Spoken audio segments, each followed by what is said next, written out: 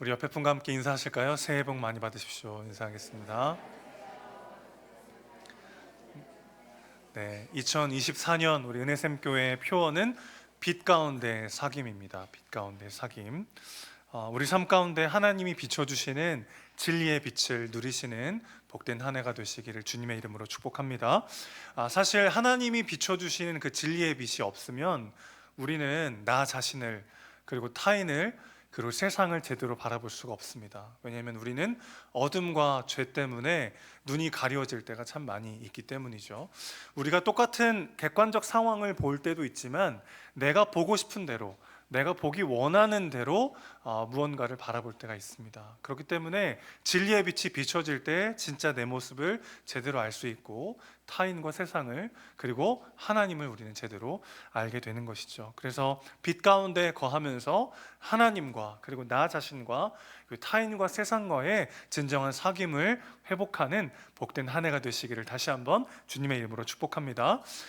주제에 맞춰서 연초에는 보통 주제 설교를 하는데 요셉의 삶을 묵상해보면 그가 이 빛 가운데 사귐이라는 것이 무엇인지를 정말 알고 누렸던 삶이라는 것을 알게 됩니다. 그래서 주제 설교를 하기보다는 한 10주 정도 우리 요셉 본문을 살펴보면서 어둠 가운데 빛을 보다라는 주제로 말씀을 전하는 방식으로 우리 2024년 표에 대해서 같이 묵상해보는 그런 시간을 갖도록 하겠습니다.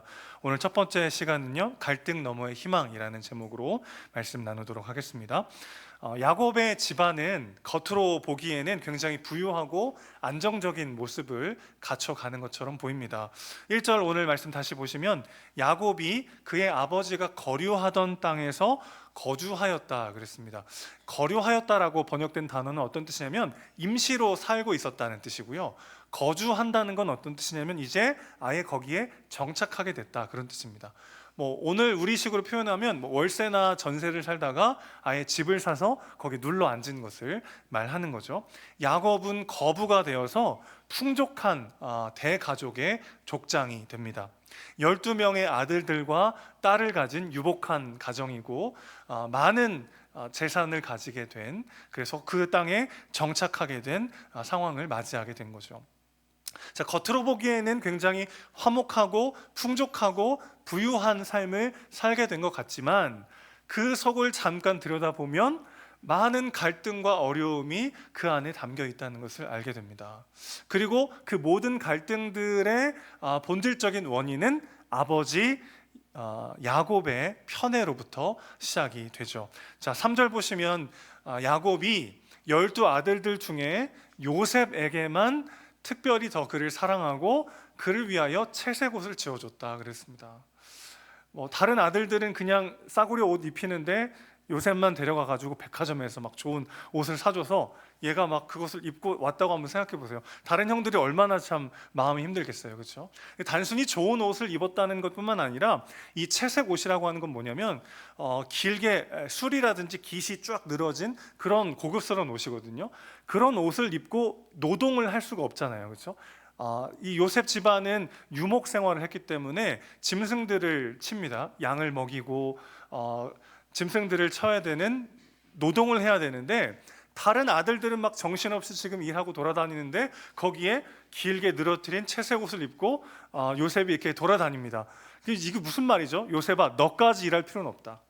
요셉에게 특별한 지위를 지금 야곱이 부여하고 있는 거죠. 게다가 2절 보시면 요셉이 누구와 함께 움직이도록 했냐면 빌하와 실바의 아들들이 요셉과 함께 움직입니다. 빌하와 실바가 누구죠? 원래 야곱에게는 두 아내가 있었습니다. 레아와 라헬, 둘이 자매죠, 자매. 이 두 자매가 두 아내였는데 이 두 아내가 서로 아이 낳기 경쟁을 하죠. 그래서 그들의 몸종이었던 빌하와 실바를 야곱에게 들여보내고 아들 낳기 경쟁을 하게 됩니다. 그러니까 빌하와 실바의 아들들과 요셉을 함께 하게 했다는 건 뭐냐면 서자들과 함께 하게 하면서 좀 길을 펴고 살라는 야곱의 편애인 거죠.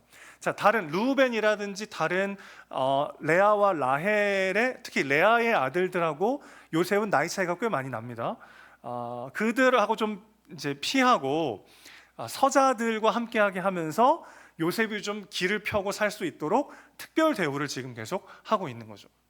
여러분, 야곱이 편애를 한다. 이거 굉장히 놀라운 일입니다. 왜냐하면 그 역시도 아버지 이삭의 편애 때문에 상처로 가득했던 어린 시절을 보냈던 사람이기 때문이죠. 상처 입은 사람이 피해자로 그냥 남아있으면 상처가 또 다른 상처를 낳고 피해자는 어느덧 가해자가 되고 맙니다. 왜 그렇습니까? 배고픔으로 주는 사랑은 받는 사람도 배고프게 만들기 때문에 그렇습니다. 여러분, 우리가 누군가를 사랑할 때요, 내가 목마르고 배고픈 상태에서 무언가 사랑을 하면 그 사랑이 상대방을 배부르게 할 수 없다는 거죠. 왜 그렇습니까? 상대방에게 진짜 필요한 것, 상대방이 정말 원하는 것을 주는 게 아니라 자기가 주고 싶은 것을 주기 때문에 그렇습니다. 그러니까 상처가 또 다른 상처를 낳기 마련인데, 그 여러 가지 원인 중에 오늘 본문이 우리에게 말해주는 건 뭐냐면, 야곱의 이 배고픔으로 주는 사랑이 요셉의 삶을 또 다른 방식의 배고픔으로 밀어넣고 있었다는 거죠. 에서와 야곱 사이에서 야곱은 늘 뒷전이었어요. 아버지 이삭은 장자 에서를 사랑했습니다. 에서는 들사람이었고 야곱은 집사람이었어요. 그래서 막 더 남자답고 힘이 있는 에서를 늘 자랑스러워하고 그를 더 존중하는 아버지로부터 야곱은 늘 상처받았습니다. 그래서 지금 그가 요셉에게 주고 있는 것들을 다시 한번 잘 보세요. 자기가 누리지 못했던 것들을 요셉에게 줍니다. 한마디로 뭐죠? 요셉을 장자로 존중받도록 하고 있는 거예요. 르우벤, 야곱의 첫째 아들인 르우벤은 아버지의 첫 빌하를 범하는 심각한 죄를 저지릅니다. 그는 정말 꼴보기 싫은 아들이었어요. 게다가 사랑했던 여인 라헬은 막내 베냐민을 낳다가 죽게 되죠. 나이 차이가 많이 나는 형들에게 눌려있는 엄마를 잃은 요셉의 모습을 보면서 야곱은 자기 자신의 모습을 보는 거죠.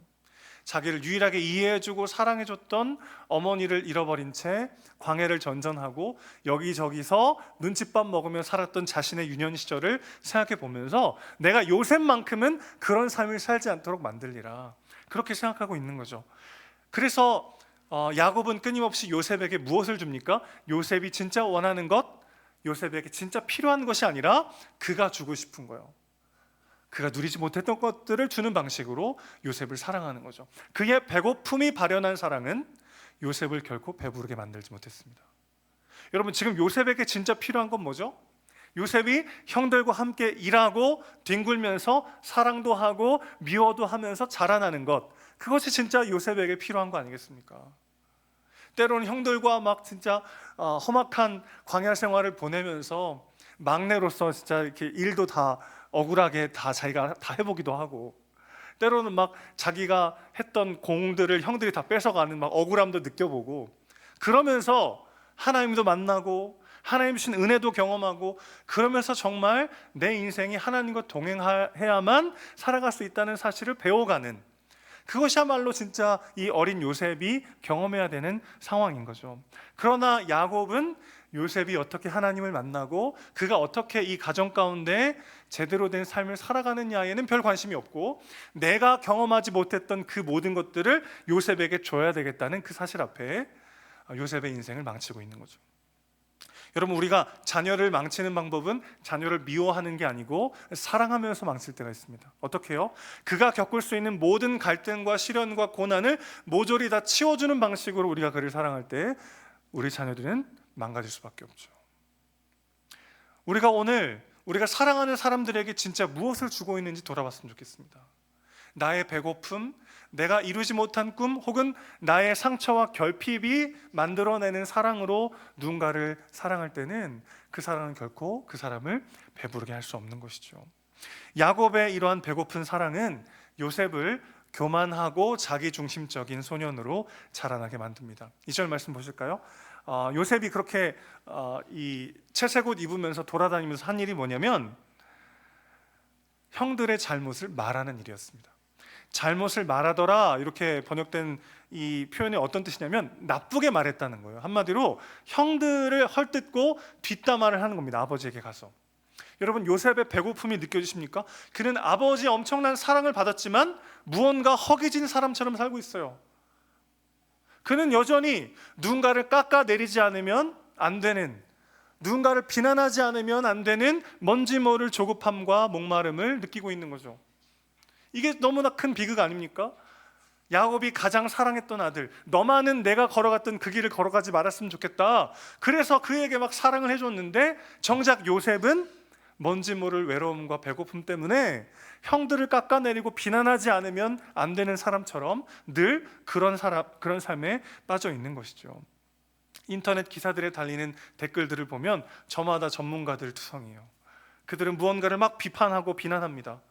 우리가 무언가를 비난하고 비판할 때 순간 적어도 나는 그 사람보다 조금 더 괜찮은 사람이 된 것 같은 얄팍한 우월감을 느끼게 되죠.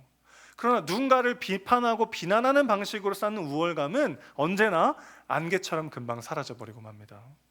그래서 계속해서 비난할 대상이 필요한 비참하고 굶주린 인생이 되는 것이죠. 꿈 이야기를 할 때도 보세요. 여러분, 오늘 요셉이 꾼 꿈을 요셉이 딱 이렇게 그 꿈을 딱 생각했을 때 자기가 생각해도 이거 속된 말로 개꿈이거든요. 개꿈. 어떻게 이런 일이 있을 수 있지? 그래서 그냥 웃으면서 넘기거나 아니면 두려워서 감히 입 밖에 꺼낼 수가 없습니다. 당시 문화를 생각하면. 당시 어떻게 그 한 집안의 족장이자 아버지가 어떻게 아들에게 무릎 꿇고 절을 합니까? 근데 요셉을 보세요. 6절 보면 청하건대 이렇게 번역되어 있지만 힌내라는 히브리어가 뭐냐면 보라 이런 뜻입니다. 형들 여기 보세요. 여기 보세요. 내가 꿈을 꿨는데 말이에요. 우리가 이 곡식단을 묶는데 형들은 일단 우리가 라는 말부터 어이가 없었을 거예요. 요셉 네가 언제 일을 했냐? 맨날 채색 옷 입고 돌아다니긴 했지 네가 무슨 일을 해? 벌써 여기부터 어이가 없는데 뭐라고 말합니까?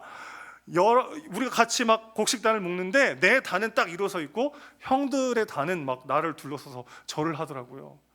고대 사회에는 지금보다 훨씬 더 위계의 질서가 명확한 사회입니다. 그 집안의 아버지와 형들이 동생에게 절을 한다는 건 있을 수 없는 일이고, 그거를 입 밖으로 꺼내어 자랑하는 건 진짜 이상한 놈이에요. 정말 자기밖에 모르는 거죠. 정말 그 아나 무인격의 순진한 이기적인 부잣집 막내 아들이에요. 요셉은 그 꿈을 한 번만 얘기하는 게 아니고 딱 이렇게 얘기했는데 분위기가 쌓여지고 약간 별로 안 좋아하는 게 느껴져야 되는 거잖아요. 원래는 정상적인 소통을 하는 사람이라면 내가 이런 꿈을 꿨어 했는데 약간 분위기 쌓여지고 형들이 나를 이상한 눈으로 쳐다보면 다음에 비슷한 꿈을 또 꿔도 얘기를 하면 안 되거든요. 다음에 꾸자 이제는 아빠까지 불러가지고 아버지 와보세요. 다 와보세요. 제가 어떤 꿈을 꿨냐면 해와 달과 11별이 11별은 누구예요? 형들이죠. 형들. 내게 절하더이다. 이 말은 요셉을 편애하던 아버지마저 화를 낼 정도로 황당한 이야기죠. 고대 시대의 아버지가 아들에게 절을 한다, 말도 안 되는 일이에요. 그 정도로 지금 요셉은 지금 속칭 건방을 떨고 있습니다. 그런 꿈을 꿨다면 그냥 웃어 넘기거나 아니면 두려워서 감히 입 밖에 꺼내지 못해야 되는 게 당시 문화 속의 정상적인 사람이죠. 그런데 야곱의 왜곡된 사랑은 요셉을 아나무인의 부잣집 막내 아들로 자라나게 하고 있는 것이죠. 그런 요셉과 상대해야 되는 요셉의 형들의 마음을 한번 생각해 보세요. 상처와 분노로 찢겨진 그들의 마음을 보십시오. 4절 보시면 그들이 요셉에게 편안하게 말할 수가 없었더라 그랬습니다. 편안하게 말할 수 없었다, 이 표현은 뭐냐면 샬롬이라는 말이 쓰였어요. 샬롬이 뭡니까? 유대인들끼리 서로 인사죠. 그러니까 편안하게 말을 할 수 없었다는 건 무슨 뜻이냐면 안녕이라는 인사도 건네지 않는 사이가 됐다는 거예요. 요셉과 요셉의 형제들이 그 흔한 인사조차 건네지 않는 그런 사람들이 되어버렸다는 것이죠. 자, 그러니까 겉으로 보기에 이 야곱의 집안은 훨씬 더 안정적이고 편안하고 부유하고 유복한 가정처럼 보였지만 그 속을 열어 들여다보니까 온갖 갈등들로 점철되어 있는 가정이었다는 것이죠.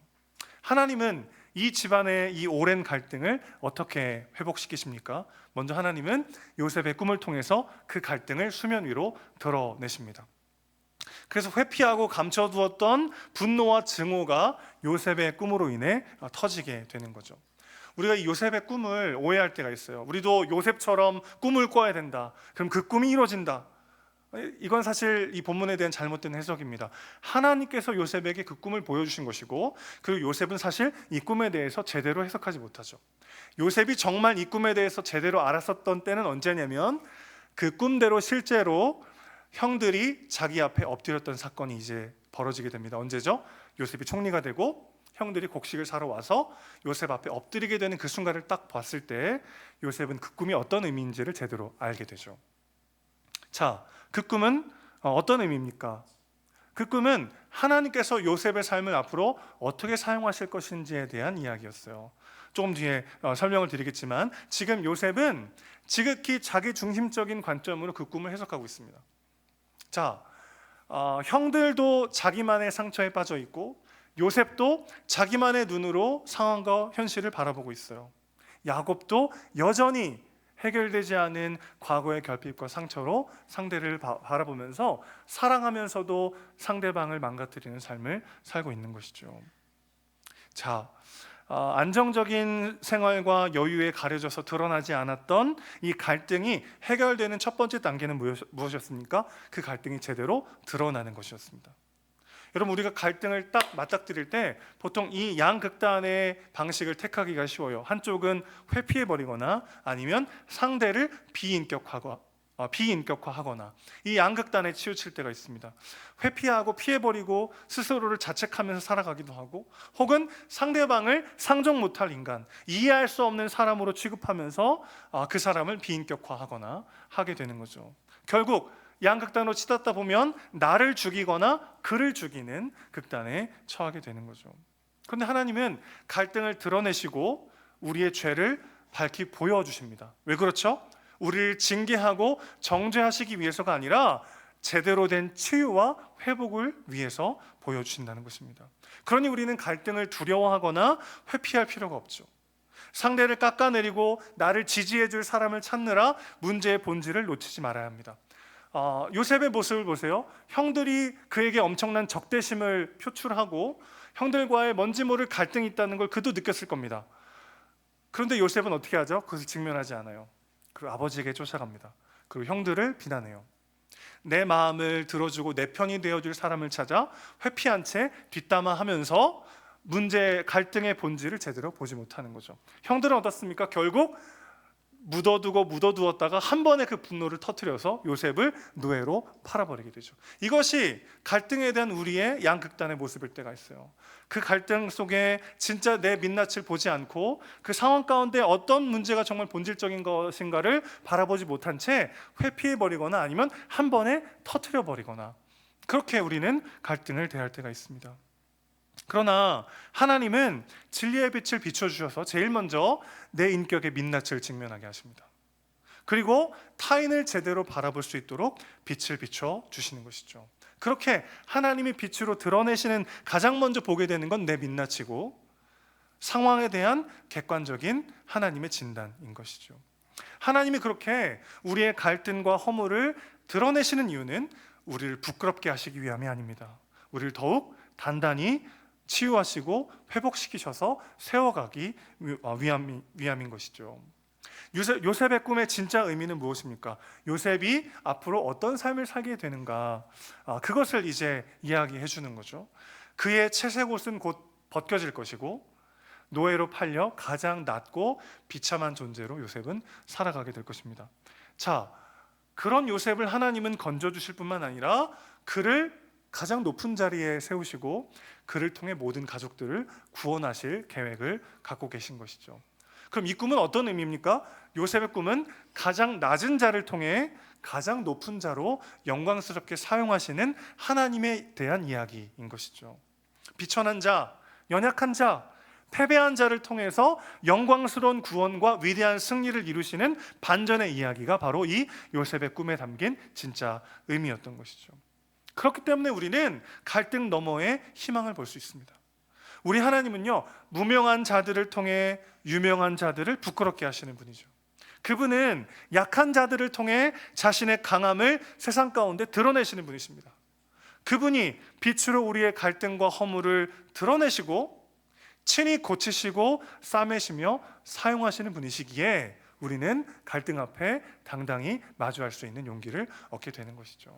자, 이렇게 아나무인격으로 자기중심적으로 꿈을 해석했던 요셉은 총리가 되어서 하나님의 진리의 빛 안에 그 장면을 다시 바라보게 되죠. 형들이 앞에 와서 엎드려 절하는 모습을 보고 요셉은 무슨 생각을 했을까요?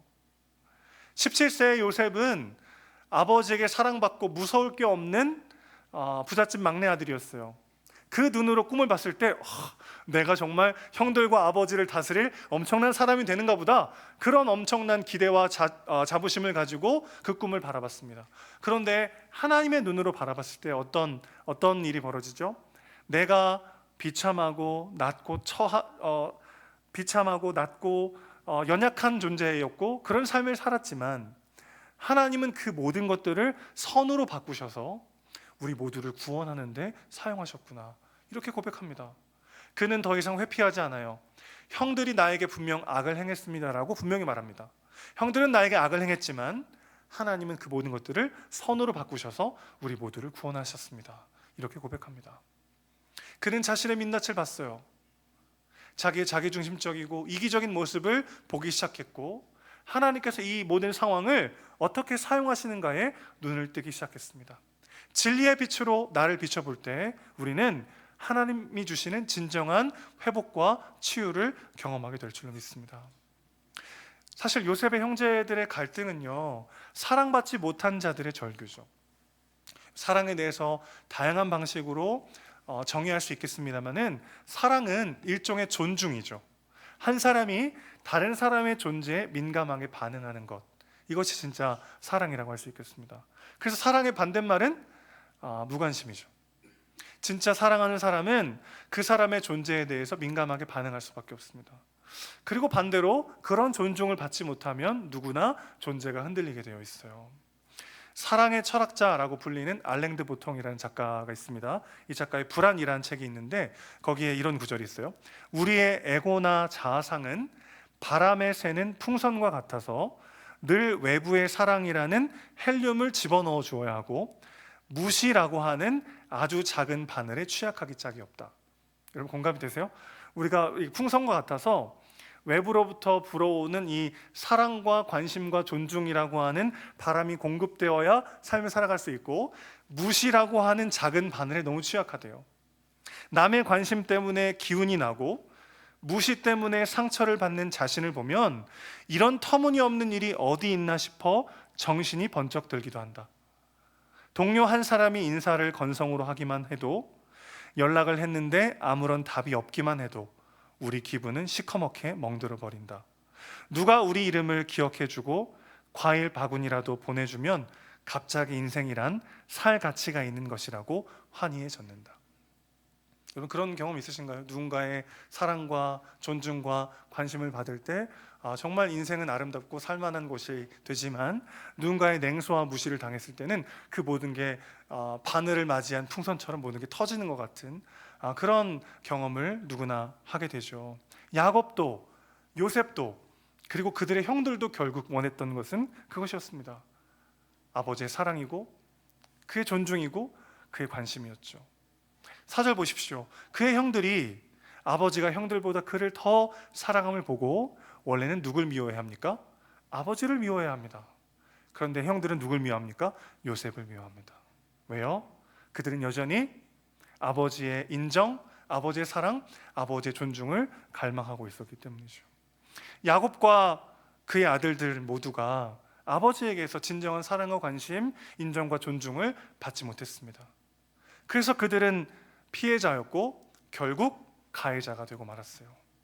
그러나 하나님 아버지의 사랑 안에서 우리는 상처받은 자, 피해자로 남아있지 않을 수 있게 됩니다. 왜 그렇습니까? 요셉의 형들은 아버지가 그들을 더 사랑함을 봤어요. 그러면서 아버지 안에도 있는 상처와 결핍은 보지 못했습니다. 아버지가 대체 왜 저러시는지 그들은 바라볼 여유가 없었어요. 그들은 아버지가 자신보다 요셉을 더 사랑하는 것만을 볼 수밖에 없었습니다. 그럼 여러분, 하나님 아버지께서 자신의 독생자 예수보다 우리를 더 사랑하시고 우리에게 더 관심을 가지시고 그를 죽여 우리를 살리시는 이 엄청난 편애를 받은 우리가 그 아버지의 배부른 완전한 사랑을 우리가 바라볼 때 우리는 더 이상 상처받은 자, 피해자로 남아있지 않을 수 있는 힘을 얻게 될 줄로 믿습니다. 독생자 예수 그리스도보다 우리 하나님 아버지는 우리를 더 사랑하셨습니다. 그 아버지의 사랑 안에서 우리는요, 나를 힘들게 하는 사람의 배고픔과 상처를 바라볼 수 있는 믿음의 눈이 열리게 되는 것이죠. 그런 거 있죠. 우리가 나를 상처 주는 사람, 그 사람만 봤을 때는 도저히 이해가 안 돼요. 도대체 왜 저러지? 공감할 수도 없고 이해할 수도 없고, 그래서 별로 그렇게 손을 내밀고 싶지 않아요. 그런데 그 안에도 배고픔이 있고, 그 안에도 상처가 있고, 상처받은 영혼이 내는 절규가 있습니다. 그것이 보이기 시작할 때 우리는 그 사람을 위해서 기도해 줄 수 있습니다. 언제 가능합니까? 우리가 하나님 아버지께 그 어마어마한 편애를 받아 구원받았음을 다시 한번 경험할 때, 우리는 나를 사랑하지 않는, 나를 존중하지 않는 그 사람이 나에 대한 것이 아니라 그가 경험한 상처와 결핍과 존재의 절규 때문에 저러고 있다는 것을 조금씩 눈을 들어 보게 되는 것이죠. 진리의 빛이 비춰질 때 우리는 상처받은 존재로 끝나는 게 아니라 갚을 수 없는 사랑의 편애를 받아 구원받은 진짜 내 모습을 보게 됩니다. 그 진리의 빛이 없으면 우리는 늘 내가 받지 못하는 것에 집중할 때가 있어요. 내가 누리지 못했던 것, 내가 받지 못했던 것, 내가 경험하지 못했던 것 때문에 그 배고픔을 가지고 내가 사랑하는 사람들을 사랑하다가 그 또한 배고프게 만들 때가 있습니다. 그런데 진리의 빛을 비춰보면 우리가 갚을 수 없을 만큼 어마어마한 하나님 아버지의 편애와 사랑을 받아 여기 있다는 것을 알게 되는 거죠. 그 사랑을 받을 때 우리는 다른 사람을 제대로 바라볼 수 있게 됩니다. 그 또한 사랑의 절규, 상처받은 자가 내뿜는 존재의 절규를 내뿜고 있음을 우리는 헤아리게 되고, 그 사람의 말과 행동은 내가 받을 수 없지만 그 존재를 불쌍히 여기며 사랑으로 기도해 줄 수 있는 힘이 우리 안에 생기게 되는 것이죠. 사랑하는 성도 여러분, 갈등 가운데 그 갈등만을 보는 것이 아니라 그 갈등 너머에 소망을 선포하시고 그 갈등 너머에 영광스러운 길을 여시는 하나님을 바라보시기를 주님의 이름으로 축원합니다.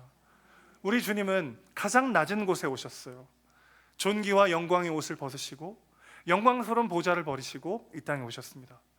그래서 그분은 상처받은 자들의 마음을 아십니다. 그분은 깨지고 상한 마음, 외로움과 목마름과 배고픔을 직접 경험하셨습니다. 그리고 더 낮은 곳으로 가셔서 그 길의 끝에 가장 영광스러운 곳으로 가는 길을 여셨습니다. 그게 우리의 여정입니다. 상처받은 자, 실패하고 버림받고 낙심한 자가 우리 정체성의 마지막이 아니라 거기까지 함께 오신 예수님께서 우리 손을 잡고 무명한 자 같으나 유명한 자로, 비참한 자 같으나 빛나는 자로 우리 삶을 위대한 반전으로 초대하셨다고 우리에게 말씀하십니다. 그 사랑을 받아 우리 존재가 주님과 함께 거기로 걸어가고 있습니다. 용기를 내어 나 자신을 보십시오. 내 안에도 남아있는 죄성과 이기심과 자기중심성 때문에 내가 누군가를 찌르고 있진 않았는지를 용기 내어 직면하는 우리가 되기 원합니다. 그가 나를 향한 가시돋친 말과 행동이 사실은 그의 상처와 결핍과 배고픔이 불러오는 존재의 절규라는 것을 헤아릴 수 있는 우리가 되기 원합니다. 언제 가능합니까? 우리가 그렇게 하나님과 함께 사랑과 은혜를 받는 존재로, 하나님의 넘치는 편애를 받은 하나님의 아들로 여기 있다는 것을 기억할 때 가능합니다. 하나님 우리 그렇게 사랑하십니다. 여러분 그런 존재들이십니다. 여러분은 상처받은 자, 피해자로 남아있는 비참한 존재가 아닙니다. 넘치는 사랑을 받아 그 사랑을 흘려보내는 상처받은 치유자로 부름받은 존재들인 줄로 믿습니다.